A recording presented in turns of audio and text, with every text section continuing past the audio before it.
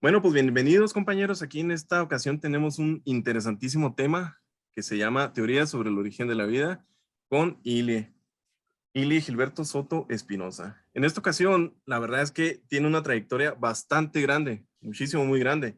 Entonces, ahí disculpen, pero voy a tener que leer toda la trayectoria de Ili porque de verdad es que está bastante amplia y no quiero dejar pasar ningún dato. Ile Gilberto Soto Espinosa, formado en la División de Ciencias Biológicas de la Salud de la Universidad de Sonora, ha colaborado en el área de astronomía de la Universidad de Sonora bajo la tutela del astrónomo Antonio Sánchez Ibarra en la Estación de Observación Solar. También ha colaborado con los doctores Julio César Saucedo Morales y Anton Libovka del Departamento de Astronomía de la Universidad de Sonora, con el doctor Ricardo López Esparza del área de biofísica de la Universidad de Sonora y la doctora Iluyulitzin Villasca Pedrasca de la Universidad de Nuevo México. Estuvo también a cargo del Club de Astronomía del Colegio de Bachilleres del Estado de Sonora, Planter Empalme. También ofreció charlas y tareas de astronomía, astrobiología, propiedades físico-químicas del agua, manejo de serpientes venenosas, entre otras. Sus intereses se centran en la biología molecular y celular, astrobiología, química, probiótica y biofísica molecular. En la actualidad se encuentra trabajando en la investigación sobre la interacción del veneno de la víbora de cascabel con células cancerosas. Pues bien, como comentaba Magda, es una persona que tiene una trayectoria bastante grande, bastante larga, tiene sin duda una trayectoria pues increíble, ¿verdad? Pues es bastante, pues de diferentes ramos de la ciencia. En esta ocasión nos va a hablar sobre las teorías del origen de la vida, así que adelante, Ili, te cedo la palabra. Muchas gracias, Osvaldo. Muchas gracias a todos los asistentes a esta charla. Vamos a dar inicio a la misma. Y como bien dices, es un tema muy interesante desde el punto de vista filosófico, científico, cultural, etcétera, ya que a lo largo de la historia del ser humano es una de las interrogantes trascendentales que se ha planteado desde que Homo sapiens comenzó a tener conciencia de sí y de su entorno. En, en las ciencias naturales se tienen registros de que la vida inició aproximadamente para unos 3.500 a 4.000 millones de años, la vida en la Tierra, ¿no? La Tierra en sí se le calcula una edad de 4.500 millones de años, es decir, que poco tiempo después, en lo que sería a escala geológica, emerge la vida o surge la vida. Lamentablemente, para los científicos que se dedican al 100% a estudiar el origen de la vida y cómo ésta ha ido evolucionando en en diferentes organismos que actualmente conocemos, pues no hay otra referencia más que la que tenemos nosotros. Aunque al final de la charla nos vamos a dar cuenta de que hay alguna ventanita abierta.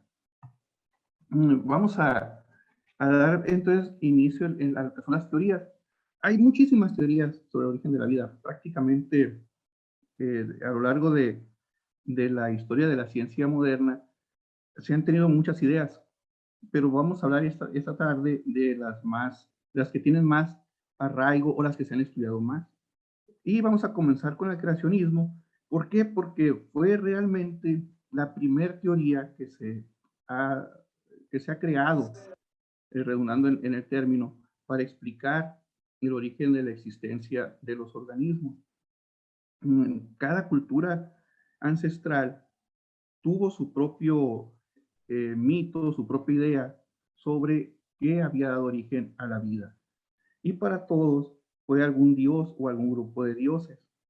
Entonces, este creacionismo se refiere a que el mismo universo y la vida se originaron de actos divinos. Es decir, lo que para muchos de nosotros que nos enseñaron y que nos mantenemos de una u otra forma cercanos a este tipo de teorías, fue el soplo divino, ¿no? Entonces, la evolución teísta o creacionismo evolutivo intenta reconciliar la religión con los hallazgos científicos sobre la edad y la evolución del universo y de la vida. Hay tipos de creacionismo fundamentalmente centrados en cuestiones de la cultura y de la sociedad norteamericana, porque ellos a la fecha, si ustedes consultan un texto de biología que se estudia en las escuelas de formación básica en Estados Unidos, se van a encontrar con algo muy interesante, que la teoría de la evolución de Darwin Wallace ocupa unos espacios muy pequeños en el texto. Es decir, aún en nuestra época no se enseña de forma extendida la teoría evolutiva. Entonces, para la cultura estadounidense, el creacionismo sigue siendo parte muy, muy fundamental en su cotidianidad, cosa que no sucede en otras culturas, ¿no? El tipo de creacionismo es el clásico, en el cual van a negar cualquier teoría de la evolución biológica, pero muy especialmente en lo que se refiere al ser humano, porque el ser humano, para quienes están sumergidos en esta fe, en la fe en Dios, pues el ser humano está hecho a imagen y semejanza. Entonces, no es posible para ellos el simple hecho de siquiera imaginar que el ser humano tiene un linaje evolutivo con el chimpancé, ¿sí? Es totalmente inconcebible. Pero se crearon otras corrientes que se llama creacionismo contemporáneo, que tiene tres divisiones: el creacionismo antievolución, como fue el clásico, el del diseño inteligente y un creacionismo proevolución. El diseño inteligente se trata de que precisamente Dios, que es el máximo ser de sabiduría, diseñó a la perfección todos los organismos que en la actualidad conocemos. Incluso llegan a decir que no hay un Big Bang como tal, ¿no? El universo fue creado por Dios y en diferentes días de la semana, digamos así, día 1, día 2, día 3, etcétera, fue creando tanto los sistemas abióticos como ya los organismos bióticos. Y hay una corriente muy moderna que es el creacionismo por evolución.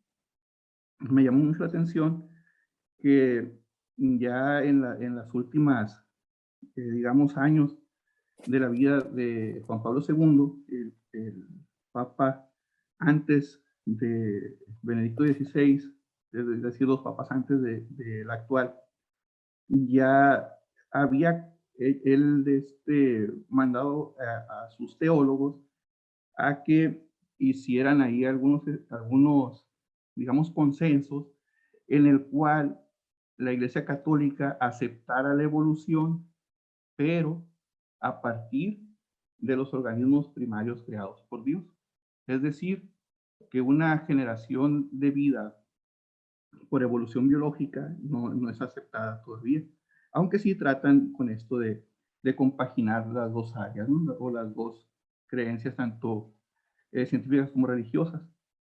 Pero ya en forma científica o más cercano a lo científico, tenemos la primera gran teoría, que fue la generación espontánea, y la generación espontánea fue puesta sobre la mesa por el gran Aristóteles.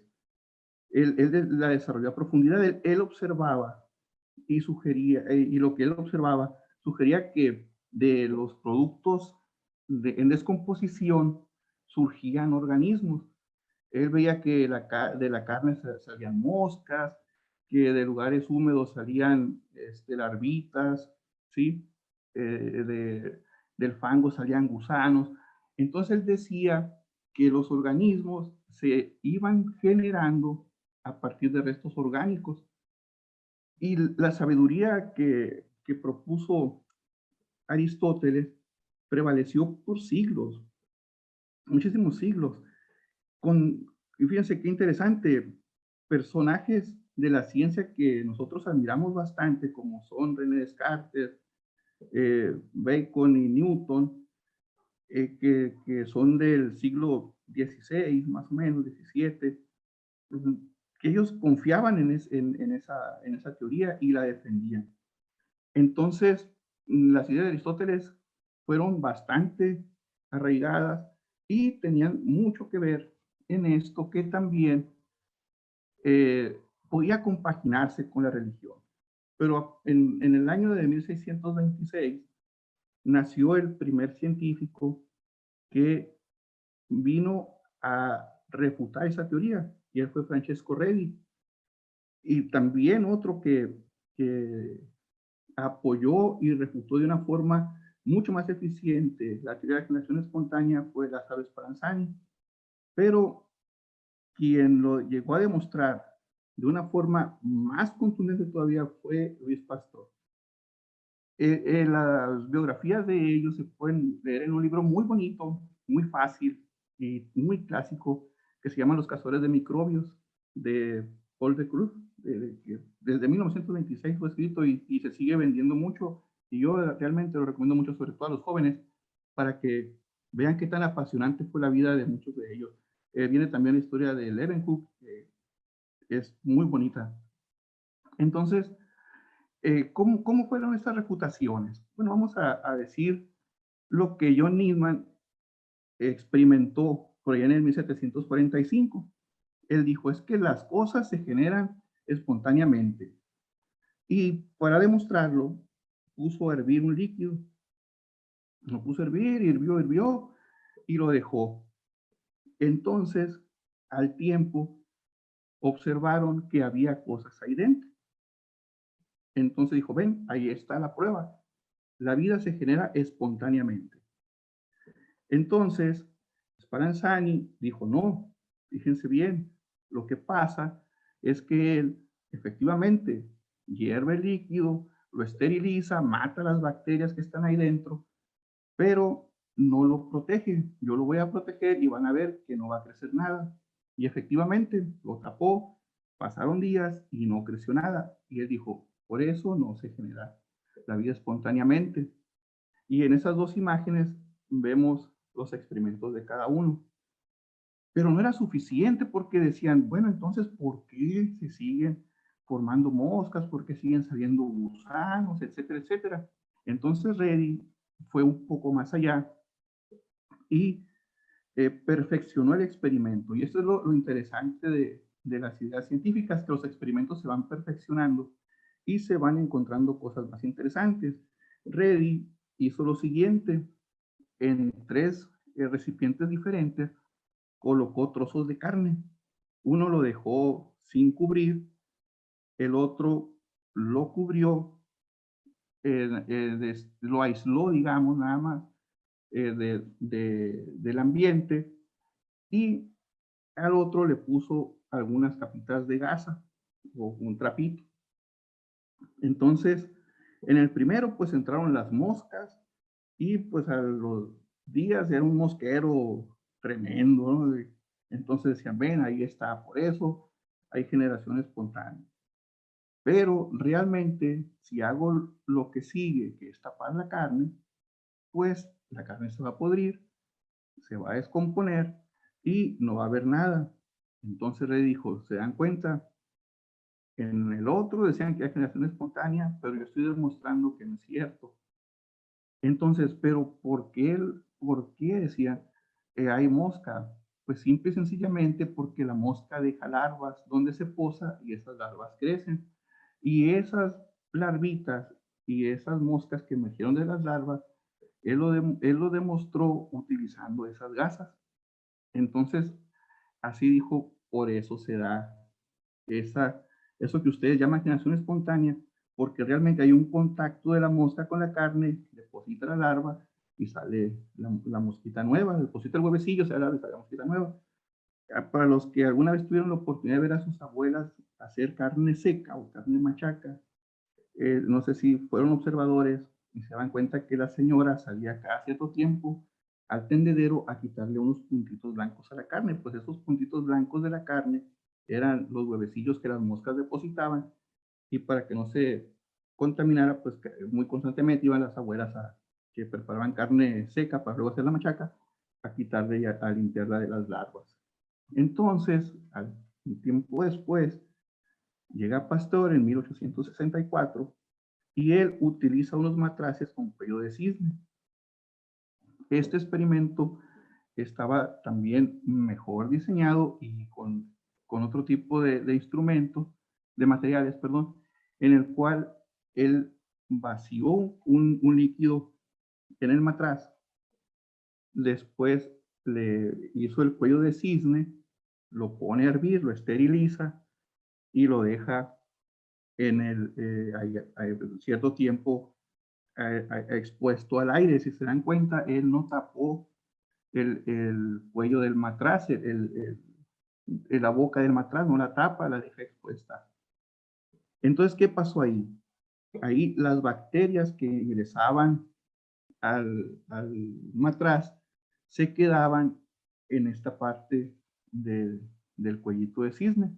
Entonces no ingresaban, no alcanzaban a pasar a la solución estéril. Pero una vez que él rompía el cuello, el líquido se contaminaba. Entonces él explicó que en el aire existían agentes contaminantes que al momento de entrar en contacto con el agua, si había algún nutriente, pues ya se empezaban a reproducir. Entonces, con estos experimentos, la teoría de la generación espontánea fue totalmente refutada. Entonces, dijeron los científicos, ¿y entonces de dónde proviene la vida? ¿Cuál es el origen de esto? Y fue hasta el año de 1908, realmente no pasó tanto tiempo, que un científico llamado Svante Arrhenius presenta una teoría muy singular y muy novedosa y un tanto cuanto descabellada para muchos.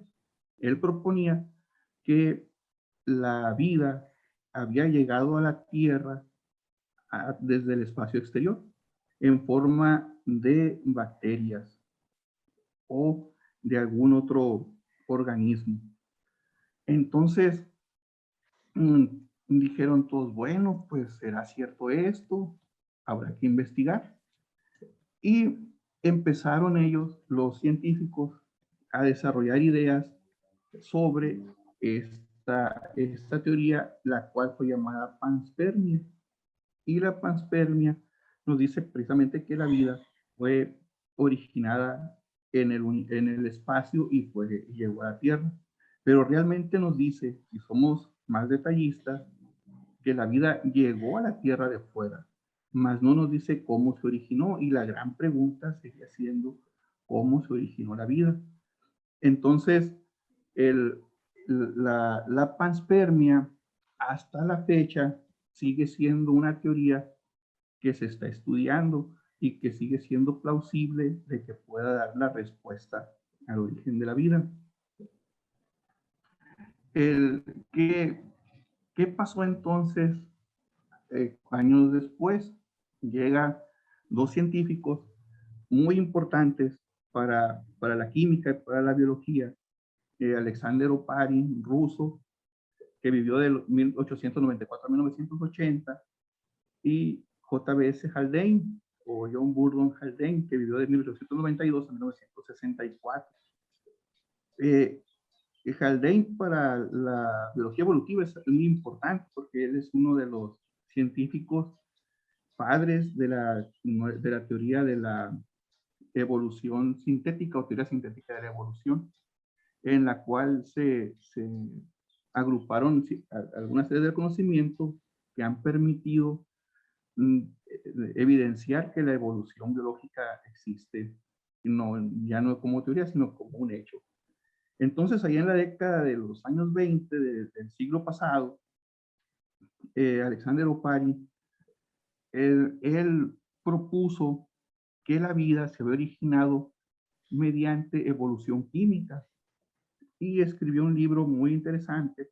También se lo recomiendo mucho. Es un libro muy pequeño, muy barato, lo pueden conseguir, yo creo que hasta gratis en internet, que se llama El origen de la vida, precisamente, donde él expone sus ideas de cómo se origina la vida.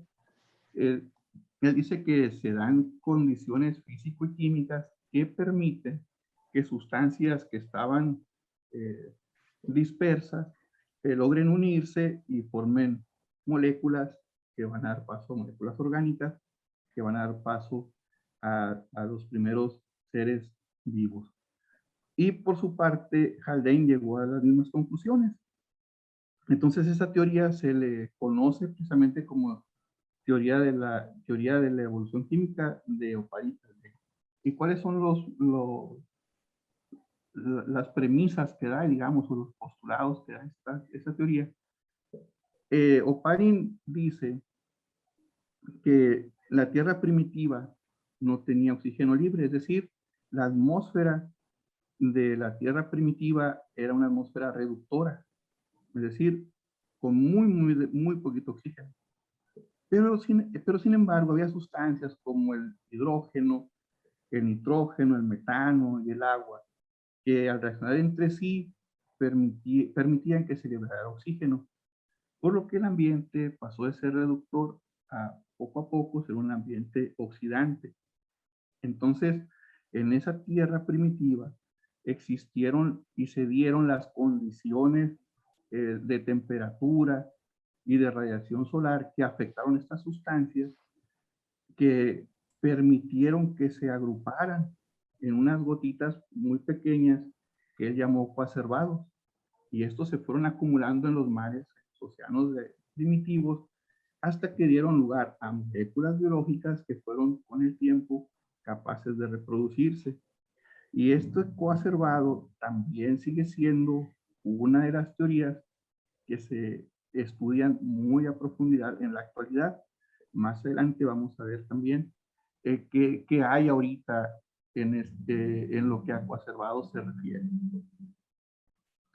Entonces, unos pocos años después, en 1953, un estudiante de doctorado de química dijo a su director de doctorado: oiga, quisiera yo, así llegó, no, oiga, maestro, quisiera yo demostrar que Oparin no tiene razón en lo que dijo.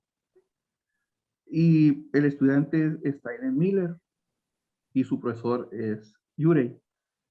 Y le dijo Urey: pues, órale, vamos a ver qué pasa. Urey, él no confiaba en que fuese a ser un experimento que diera resultados, pero permitió que su estudiante, que era un estudiante muy brillante, hiciera el experimento y lo apoyó. Entonces ellos diseñaron un artefacto en el cual, lo voy a empezar a escribir desde acá, desde la parte inferior izquierda. Ellos hicieron un arreglo de matraces y de tubería en el cual pusieron agua a hervir. Estas pipetas van a tomar muestras. Esa agua hirviendo tenía aquí mezcla de las sustancias y elementos que Oparin decía que habían dado pie a los coacervados. Pues aquí ellos pusieron metano, pusieron amoníaco, había agua, había hidrógeno, la pusieron a hervir y el vapor de agua empezó a subir por aquí, hasta llegar a esta otra bola en la cual había un electrodo y se le dieron descargas eléctricas, y esos gases de metano, amoníaco, hidrógeno, que iban mezclados con el vapor de agua, fueron bombardeados por esas descargas eléctricas. Entonces, después ellos bajaban a este condensador que, así como sucede en la atmósfera, ese vapor se condensa y forma nubes, pues este condensador formaba gotitas de agua de nueva cuenta que resbalaban por esa tubería y luego llegaban de nueva cuenta a la bola matriz inicial. Entonces de ahí tomaron muestras y la analizaron para ver qué estaba sucediendo. Y realmente fue una sorpresa muy grata, tanto para ellos como la comunidad científica, porque se publicaron los resultados en la revista Science, y en esta revista que se publicó ese artículo en 1953, ellos dicen, y se pudo comprobar, que se sintetizaron aminoácidos en ese experimento.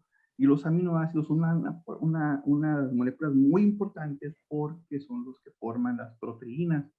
Y las proteínas, pues, son parte fundamental para que nosotros podamos estar vivos. El artículo de Miller-Urey se llamó Síntesis de compuestos orgánicos en la Tierra primitiva.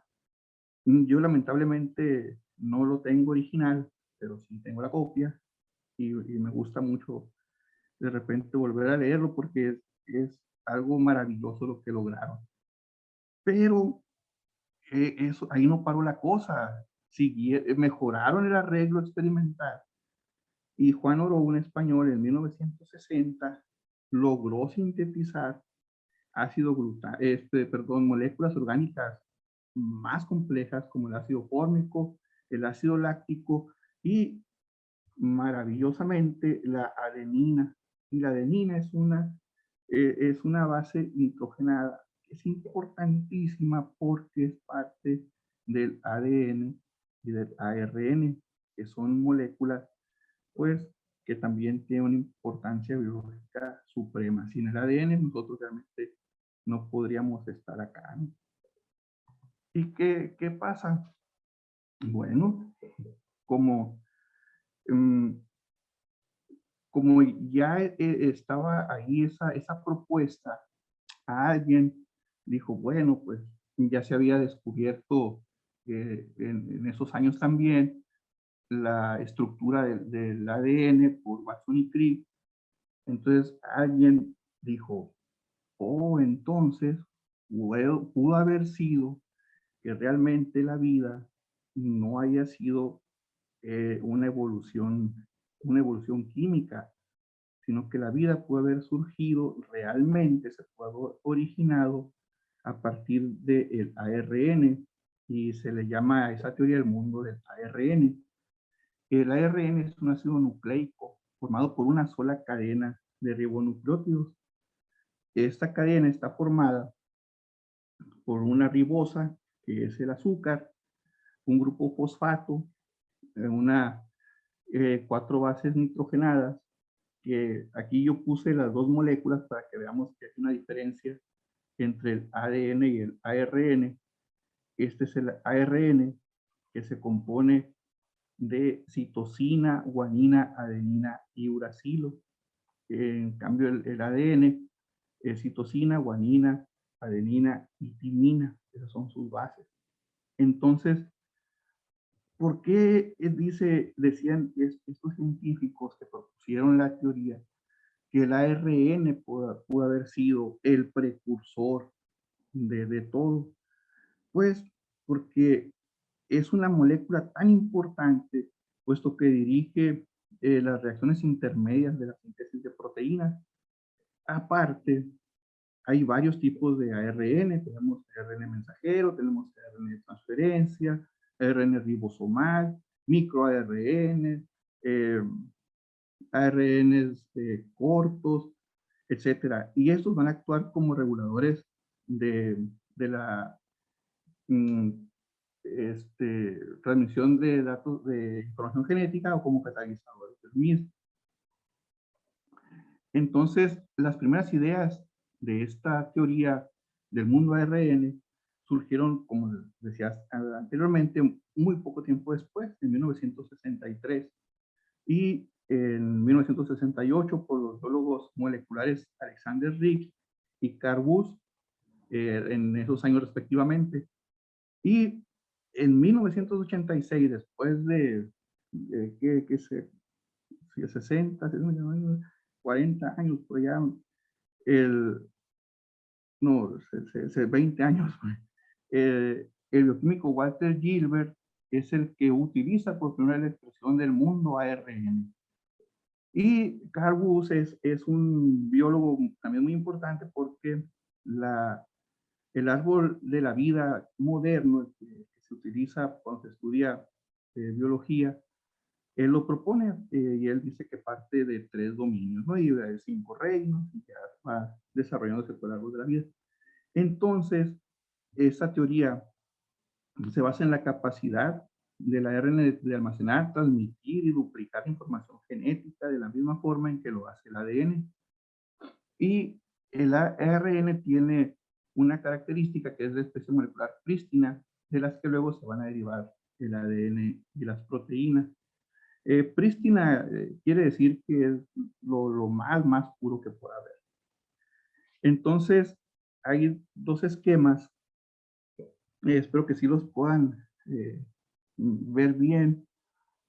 Las fotos estas las tomé de un libro que tengo y pues no estaba a color lamentablemente.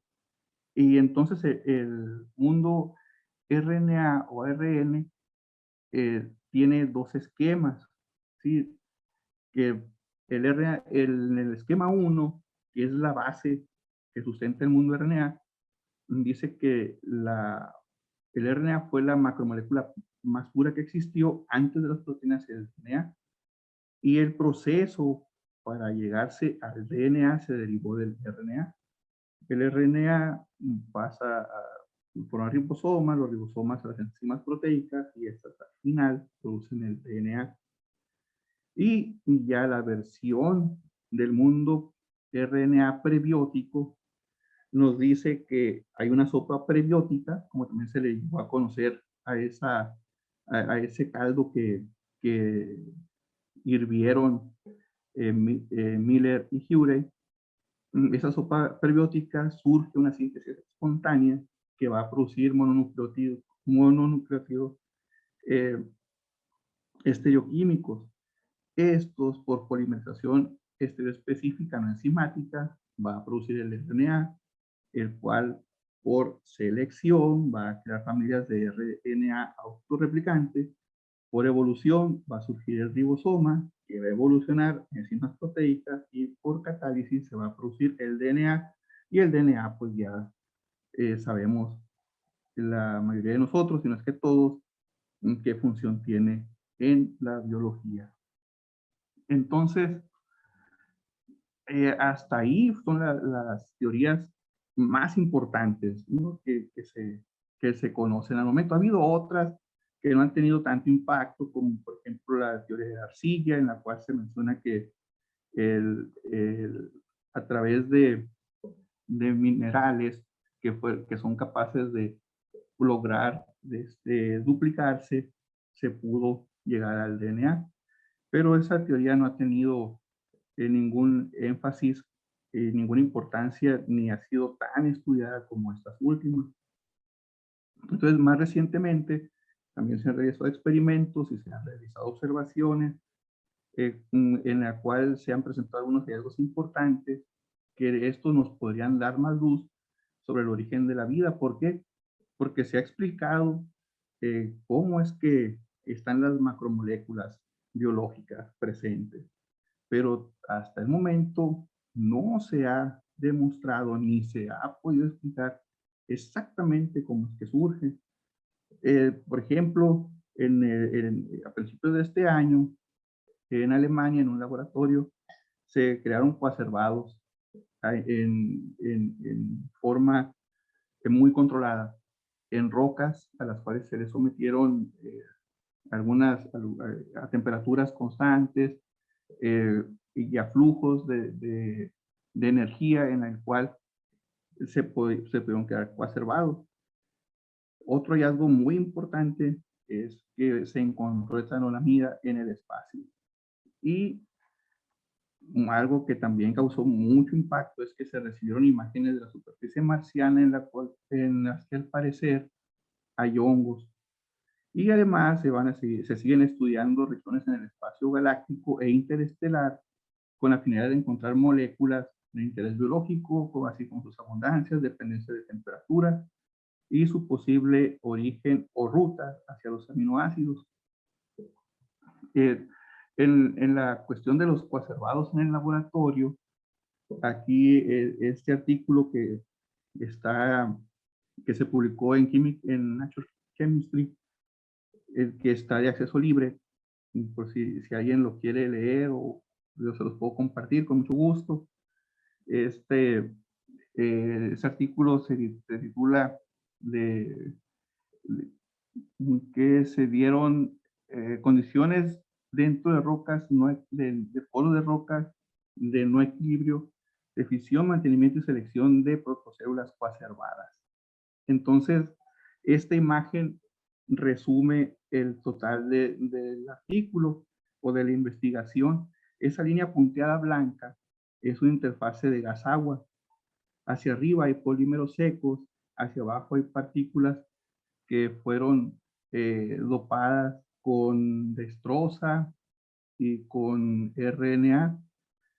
En el cuadrito verde se puede notar que esta parte aquí abajo de la interfase agua-gas, estos son coacervados.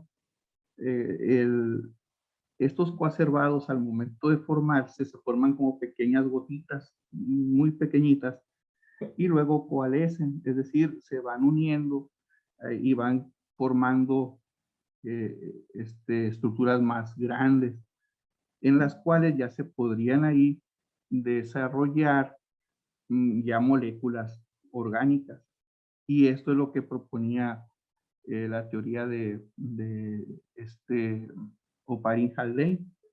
Entonces aquí, como ustedes pueden darse cuenta, la secuencia de imágenes, conforme fue pasando el tiempo, estos coacervados fueron creciendo y quedaron ya muy bien demostrado que en condiciones de laboratorio controladas se pueden dar estos fenómenos en su momento se dieron en la naturaleza.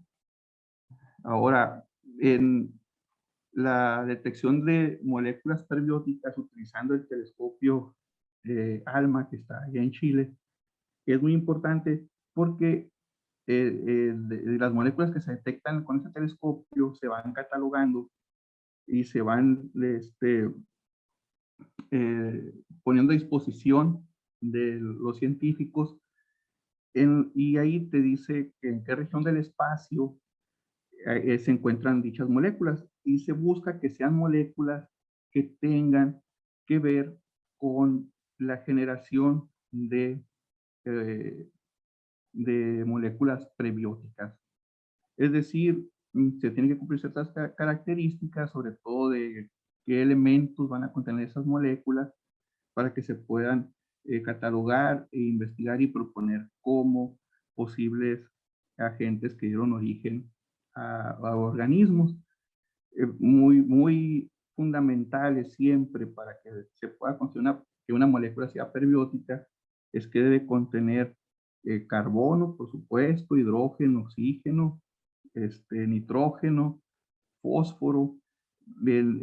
También una noticia muy reciente, también el año pasado, fue que en regiones cercanas a nuestro planeta se encontró fosfina. La fosfina contiene fósforo y el fósforo es una parte esencial de la molécula del ADN. Del ARN, recuerden que tiene un grupo fosfato, entonces el fósforo, nosotros también no podríamos estar haciendo lo que hacemos si no tuviésemos ese elemento, ¿no? Entonces, esas moléculas son muy importantes. El azufre también es un elemento que debe considerarse para que se pueda tener una molécula prebiótica. Entonces hay un catálogo que está creciendo constantemente, que está a disposición de las personas que se dedican a la astrobiología, sobre todo a cuestiones de buscar cómo se originó la vida, ¿no? Y hay otra molécula que se encontró que es de gran importancia, que es la etanolamina. Mm, se descubre, dice el artículo, se descubre en el descubrimiento de etanolamina en el espacio, un fosfolípido simple del grupo de fosfolípidos en las membranas. Las membranas celulares, las membranas biológicas, están conformadas por una capa lipídica doble, es decir, hay una parte que es hidrofóbica, una parte que es hidrofílica, y en las cabezas de estos fosfolípidos es muy abundante la etanolamina. Entonces, por supuesto que fue una gran noticia de encontrar etanolamina en el espacio cercano a la Tierra. ¿Por qué? Porque es importantísimo esta molécula en la generación de los fosfolípidos de membrana.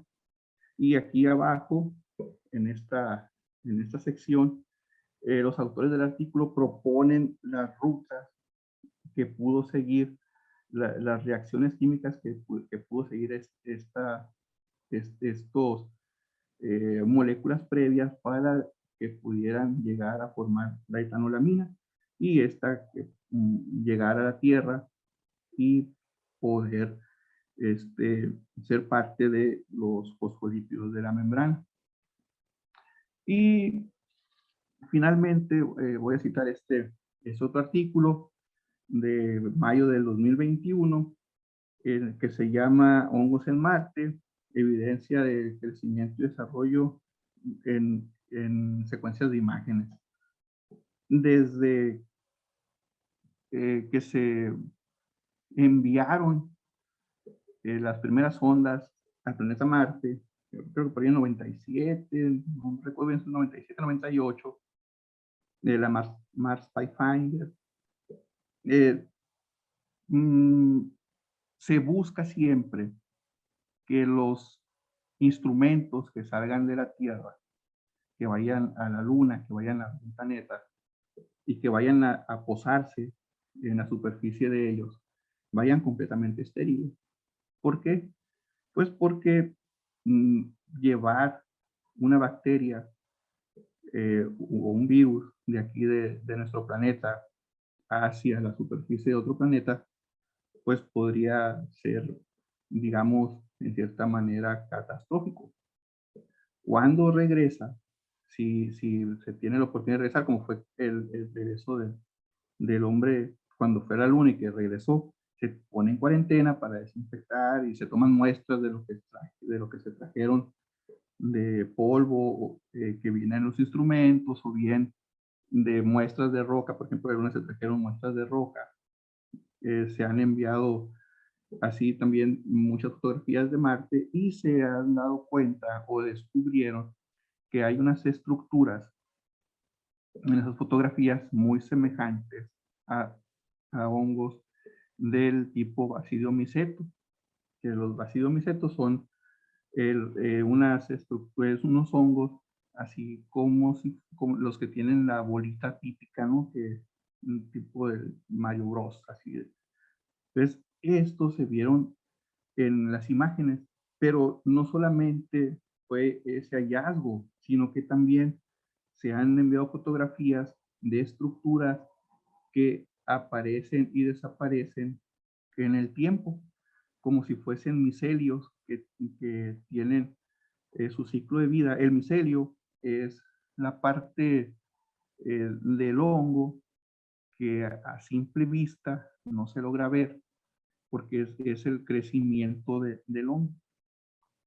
Si, digamos, no se le puede llamar una raíz como tal, pero sí es por donde el hongo va creciendo, se va desarrollando. Hay micelios muy grandes, hay otros que son más pequeños, va a depender mucho de la especie del hongo como se dice en biología, todo va a depender de la especie y va a depender del crecimiento que tenga. Los micelios son muy bonitos. En internet pueden ustedes buscar imágenes y se van a dar cuenta de qué tan importante y bueno, de qué tan maravilloso es este rollo de reino fungi, que está más emparentado a los animales que a las plantas. Eh, Eso es algo que también sorprende mucho cuando lo mencionamos, porque para la mayoría de la gente el hongo pues, se parece más a una planta que a un animal, pero en el árbol de la vida actual que se estudia, el hongo está más emparentado a los animales. Entonces, regresando a esta parte, una de las interrogantes que se da primeramente es, ¿fue una contaminación de instrumentos terrestres a la superficie marciana? Y dadas las características de los hongos, porque los hongos crecen en ambientes muy hostiles. Los hongos son candidatos perfectos para invadir cualquier superficie que ustedes gusten y manden. Sobreviven en temperaturas muy altas, sobreviven en temperaturas muy bajas, sobreviven en condiciones de sequía extrema. Si hay humedad van a florecer, pero que es un contento. Entonces, es un interrogante, pues. ¿Realmente esos hongos que están en Marte, si realmente lo son marcianos de origen o fueron llevados por las primeras sondas que surcaron los valles marcianos, que por accidente pues quedaron ahí porque no se dio cuenta el equipo que ascendió y pues florecieron, ¿no? Entonces, esa es la interrogante. Y lo que nos dice entonces este tipo de descubrimiento es que, pues, podríamos decir que ya hay vida fuera del planeta Tierra, porque si hay hongo en Marte, pues quiere decir que hay vida en Marte. Entonces, aquí está una gran puerta abierta para ver y estudiar cómo se pudo originar vida en Marte, porque pues evidentemente ya estas imágenes la presentan. El artículo está muy interesante, tiene muchísimas imágenes también, se los puedo compartir si gustan. Y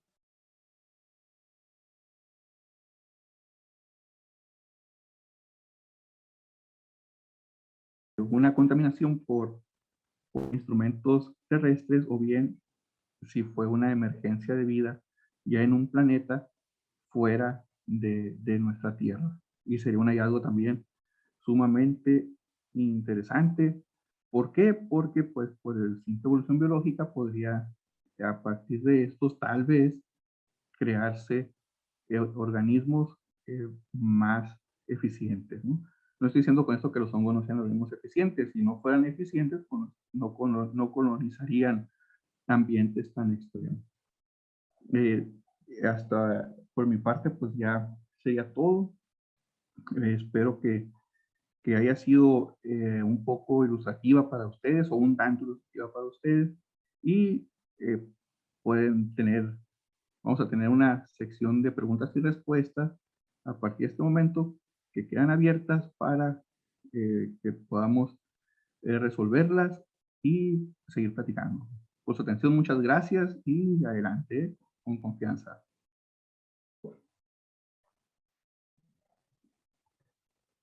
Excelente, excelente, Ile, muchas gracias. De verdad, muy enriquecedora esta charla.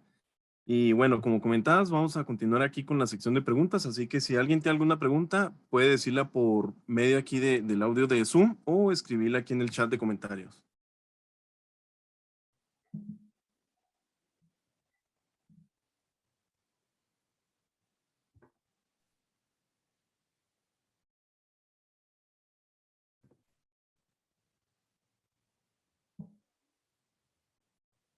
Ok, ¿alguien tiene alguna pregunta?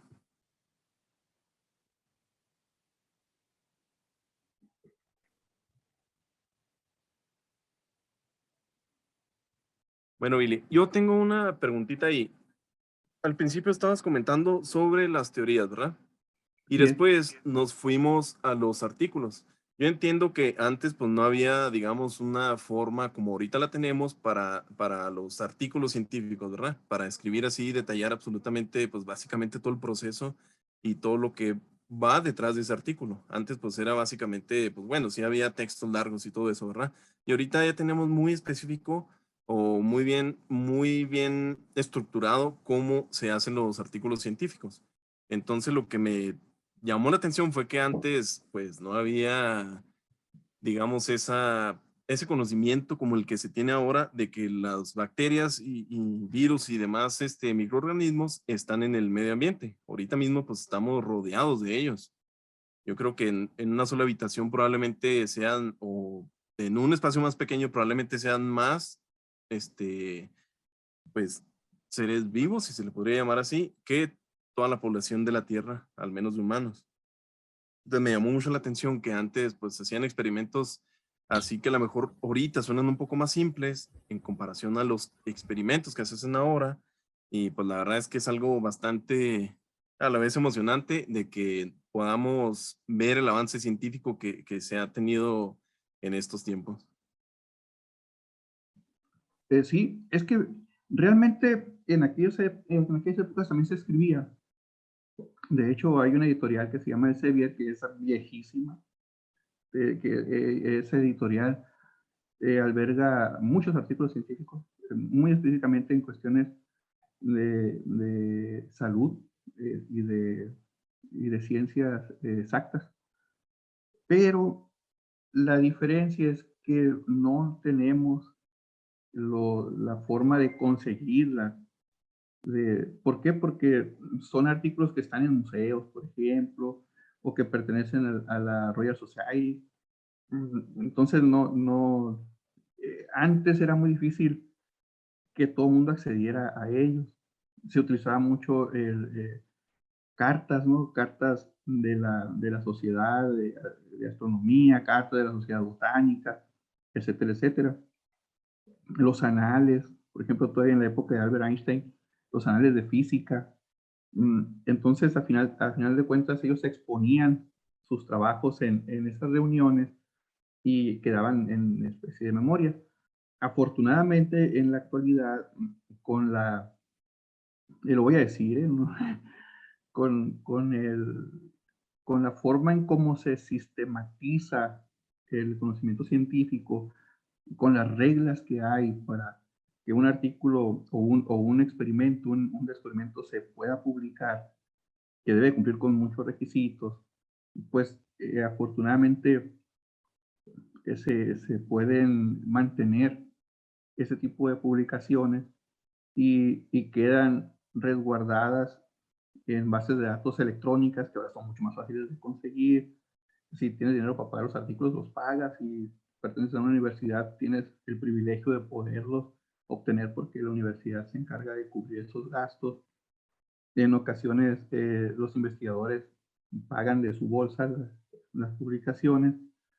Entonces, sí se utilizaba mucho el libro.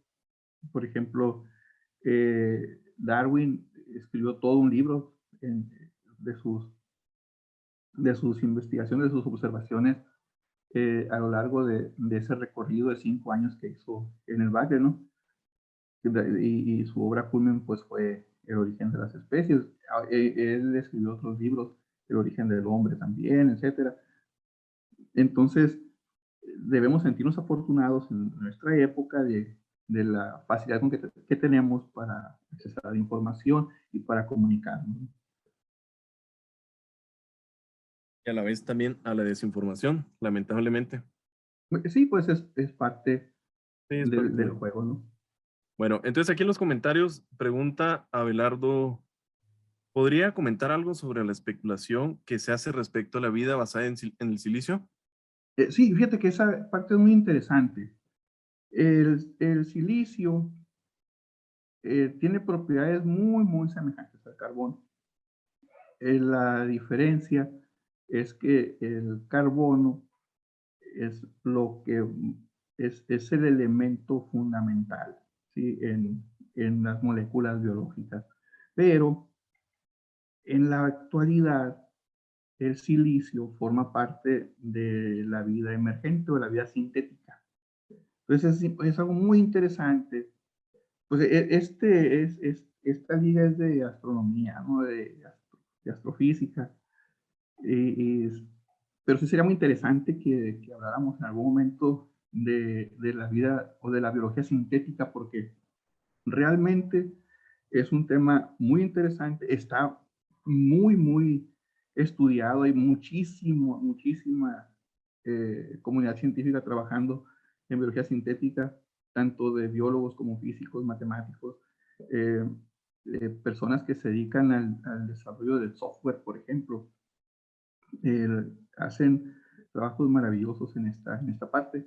Entonces, sí es muy probable que eh, a partir de silicio se pueda tener alguna forma de vida. De hecho, la teoría de la arcilla, que como te decía hace rato, no es una teoría que tuvo tanto impacto, pero sí dice que a partir de minerales, y específicamente de silicatos, se pudo haber llegado a formar el DNA.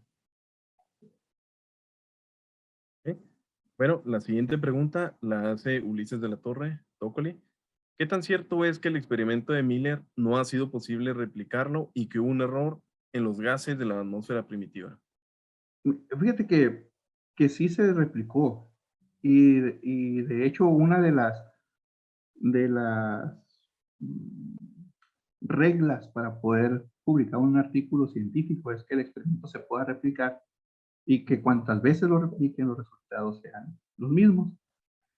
Entonces sí se pudo replicar y de hecho se mejoró, pues Juan Oro, eh, poco después del inicio de los años 60, lo hizo el experimento de nueva cuenta y él obtuvo moléculas más complejas. Y se llegó incluso a sintetizar adenina en el experimento de Oro. Pero realmente sí se replicó y sí se obtuvieron resultados. Que a la vez también se refutó, ¿verdad? Sí se mejoró pues al momento de darle mayor exactitud en las cuestiones de temperatura, de energía con las descargas eléctricas, tiempo que dejaron evolucionar el experimento, o sea que se repetían los ciclos y se repetían los ciclos y ciclos y ciclos, hasta que ya tomaron muestras y se dieron cuenta por, por observación con instrumentación de cromatografía y cosas de esas, de que estaban esas moléculas presentes, ¿no? Sí, excelente. La siguiente pregunta la hace María Fabrega. En cuanto a la posibilidad de hongos como bien implantada, ¿qué autores valorarían esa teoría? Bueno, me imagino que Mariana se refiere a la última parte en la cual los hongos en Marte. Es que no se está hablando de nada, sino que quedó esa pregunta abierta. Si los primeros vehículos que transitaron en Marte, si posiblemente se haya ido hongo de aquí de la Tierra y haya contaminado la superficie marciana, o bien sí sea un hongo netamente marciano, pero como tal, no se ha podido determinar, pues porque los hongos son microscópicos. Tú puedes tener hongos hasta unicelulares, ¿no? Entonces, a partir de ahí, es irse en una superficie, digamos, en las rueditas del Mars Pathfinder o en la antena. Las condiciones de esterilidad son muy altas, pero debemos de recordar que siempre hay un margen de error para todo, pues. Entonces, realmente los autores de ese artículo no afirman, sino que queda la pregunta en el aire: ¿fue una contaminación terrestre o realmente es vida que emergió en Marte o que surgió en Marte?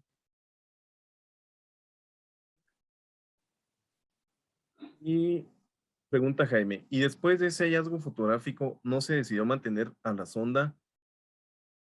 Ahí se me fue la pregunta. Ah, ¿No se decidió mantener a la sonda en ese punto para monitorear a esa población de hongos? Eso es lo interesante porque a final de cuentas las imágenes que se mandaron son de diferentes días. Por eso se dieron cuenta de que había crecimiento y luego había una baja, sobre todo en esas estructuras tipo micelares, ¿no? O como telarañas. Había temporadas en el tiempo en el cual era muy abundante y después bajaba esa abundancia. Entonces, sí, aunque no se queda, es imposible por cuestión de costo y técnicas mantener por mucho tiempo un aparato estático, pues. Pero como van sondeando zonas y van tomando fotografías en en diferentes días, ahí es donde se dieron cuenta de esos crecimientos. Entonces, sí es evidente de que hay abundancia en ciertas temporadas y luego decrece y luego vuelve a subir, ¿no? Está muy interesante ese artículo y yo digo que va a seguir dando mucho más todos esos aparatos que andan ahí en Marte ahorita. Y Marte pues ha sido un planeta muy querido por todos los terrícolas, pues, porque en algún momento de la vida los marcianos llegaron bailando cha-cha-cha. Entonces, quizá ¿no? Por ahí anden escondidos ya y no se dejan ver. O sea, sigue siendo eh, algo especulativo, como bien dice Mariana, ¿no? En el sentido de que, como decía anteriormente, fue un error humano y se los llevaron para allá, o bien si han surgido desde cero, ¿no? Sí, pregunta Francisco Pablo. Ili, a tu criterio, ¿qué teoría te apega más y por qué? Era la que Excelente presentación y dominio era del la que tema. estaba esperando desde el principio. Es que es lo más interesante porque ya ahí te da pauta que tú te aloques, pues, ¿no?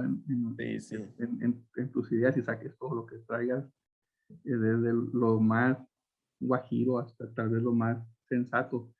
Pero yo siempre he creído desde unos años hacia acá en la evolución química de la vida, ¿no? Para mí, en mi punto de vista muy personal y de todas las cosas que he tenido la oportunidad de poder estudiar y de ver, el coacervado es el organismo que pudo permitir que se pudieran generar ya una protocélula, ¿no? O un probionte. Y con este experimento que, que se realizó hace poco, da mucha pauta para ello, para que así haya sido. Como les digo, no está totalmente eh, terminado el tema, pues hay mucho que hacer, porque conforme más te vas metiendo hacia, hacia lugares más profundos de la investigación, surgen más dudas. Por ejemplo, esta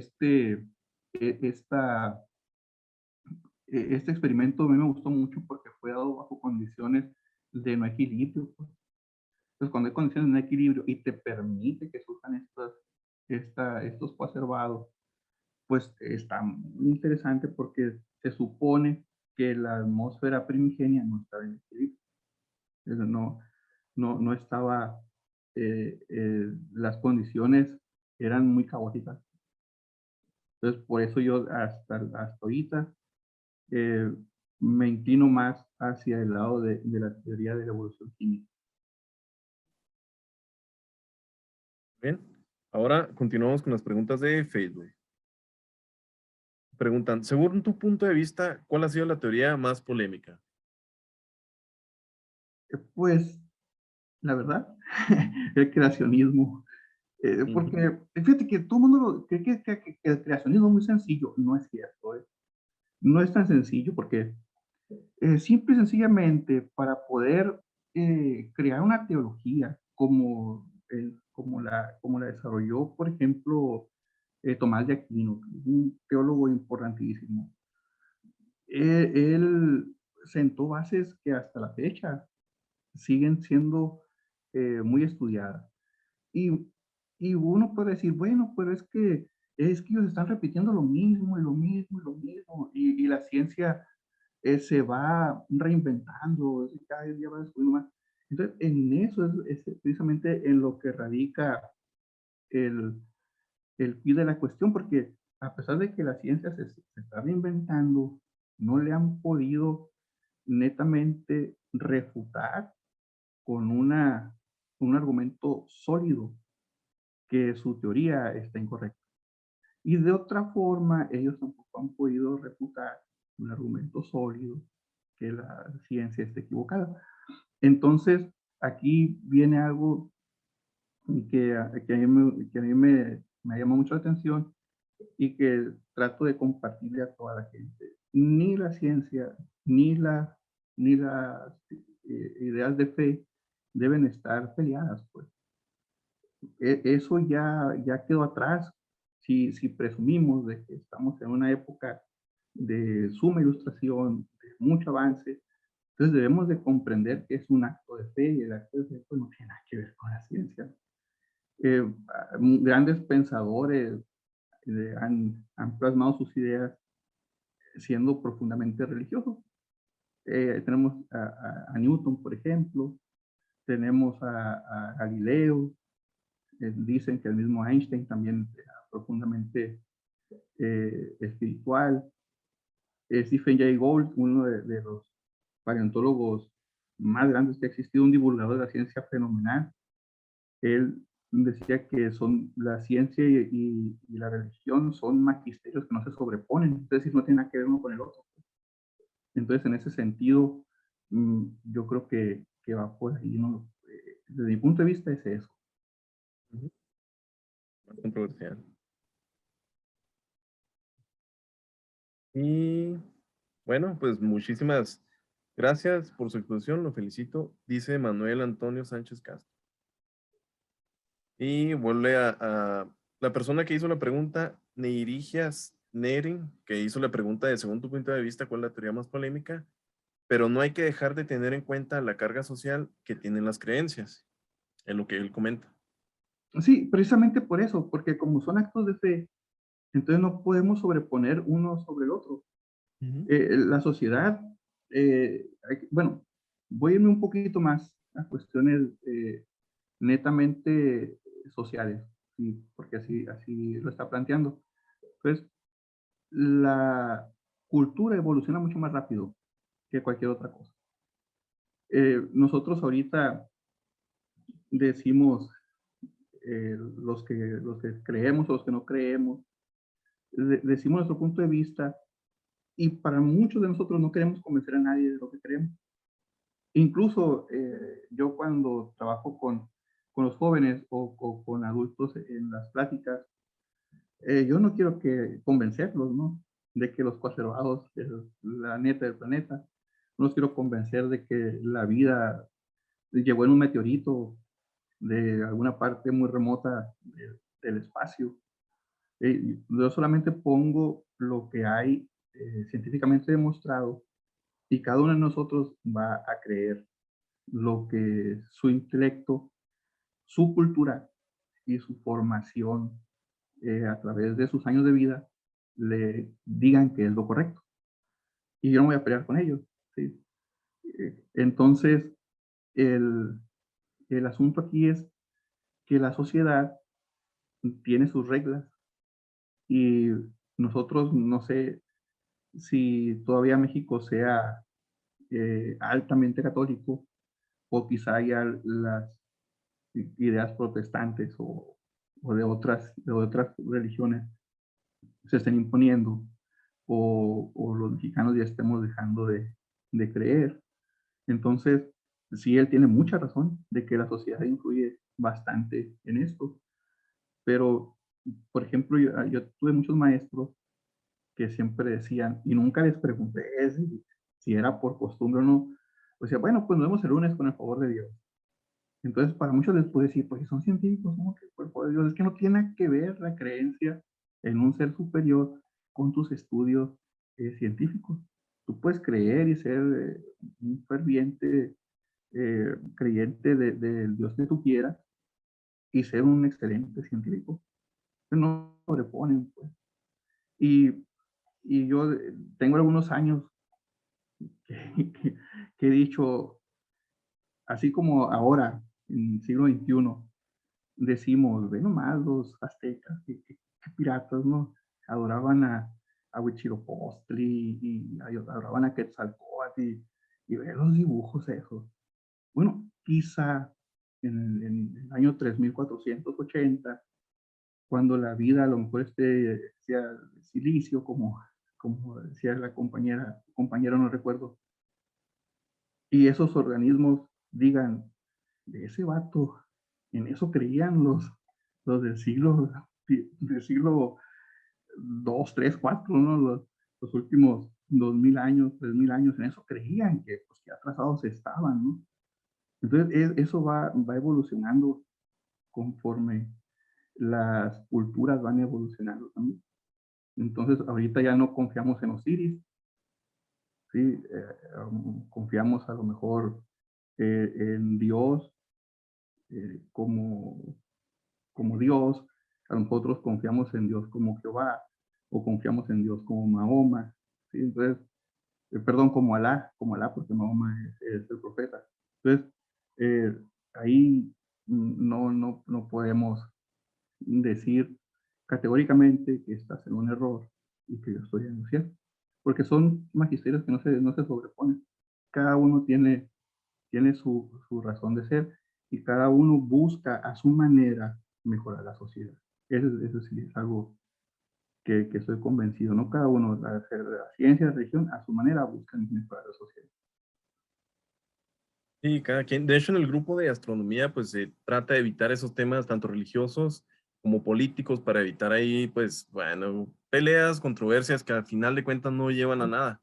Entonces, es lo que me encanta de la ciencia, que uno puede, bueno, leyendo los artículos, uno puede, como comentas, Ile, uno puede volver a demostrarlos, volver a hacerlos y obtener el mismo resultado, o bien obtener otro resultado diferente y, por supuesto, refutar a ese mismo artículo, pero por lo general son estudios bastante complejos, bastante completos, que a la vez también tienen su revisión y por lo tanto, pues ya se podría decir que es un poco avalado, que claro, hay sus excepciones donde pues, la gente, pues bueno, hace sus farsas, hace el circo mediático y a lo mejor por querer agarrar fama o cualquier otra cosa, simplemente pues cuenta mentiras, estafa a la gente de esa manera, pero pues a fin de cuentas es el método científico que me encanta tanto porque podemos comprobarlo nosotros mismos o otra persona que esté más relacionada al tema. Y es lo que me encanta de la ciencia.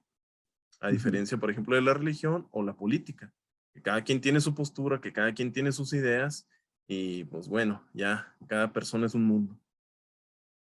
Sí, así es.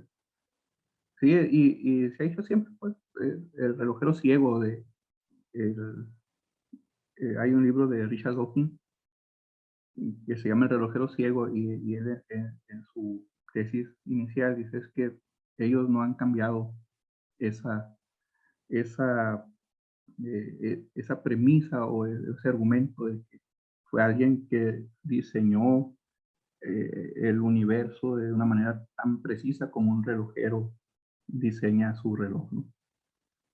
Y aunque es cierto que no han cambiado, pero pues nosotros tampoco eh, tenemos el derecho de ir con una espada desenvainada en contra. Cuando si nos damos cuenta, y bueno, vamos a hablar de astrofísica. ¿Quién dijo por primera vez Big Bang? Un jesuita, Lemaitre. Pues, un jesuita, pues, es un sacerdote, y un sacerdote cree en Dios, ¿no? ¿Y quién postuló las leyes de la herencia? Mendel. ¿Y quién es Mendel? Un monje, sí, un monje que estaba a cargo de una abadía, pues creía en Dios. Que realmente no tenemos ni siquiera por qué preocuparnos por eso. Cada quien tiene toda libertad de tener sus ideas científicas muy arraigadas y a la vez tener ideas de una inteligencia superior muy arraigada, y no por eso va a ser más científico. O una persona que sea muy espiritual, que crea mucho en Dios, y que defienda todos esos argumentos.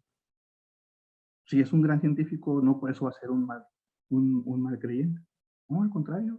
eh, los que logran hacerlo, pues, yo creo que hasta son más felices, ¿no?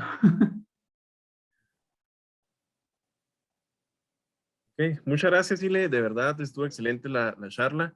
Me encantó muchísimo. Y pues aquí vemos en los comentarios que también a la gente le encantó. Muchísimas gracias. Y pues hasta aquí cortamos la transmisión. No sé si alguna persona tenga alguna otra pregunta, alguna duda, sugerencia. Comenta aquí Abelardo. Completamente de acuerdo. Solo objetaría que una creencia llegue a afectar a terceros. Bueno, ya aquí, pues bueno, hasta aquí le dejamos. Y muchísimas gracias nuevamente. Muchísimas gracias a las personas que nos acompañaron. Y estas transmisiones, estas charlas, las estaremos dando en vivo porque por el momento el museo está cerrado. Entonces nosotros teníamos una charla virtual y una charla presencial. Una vez al mes la virtual y una vez al mes la presencial. Entonces, por el momento vamos a continuar aquí con las virtuales. Así que hasta aquí yo corto la transmisión en Facebook. Nos vemos. Muchas gracias. Gracias a todos. Y pues estamos ahí a la orden. Cualquier cosa. Les voy a dejar el correo electrónico por si alguien quiere comunicarse. Y, si quieren revisar los artículos, si les interesa. O si quieren seguir platicando, pues yo sé que los tiempos se van muy rápido. Entonces se los dejo y para seguir platicando y todo ese asunto. Y les agradezco mucho de nuevo la invitación. Como siempre, si se puede dar otra plática sobre la cuestión esta de la vida sintética, pues adelante, con mucho gusto también la Excelente, sí, podemos estuviera muy dar. bien.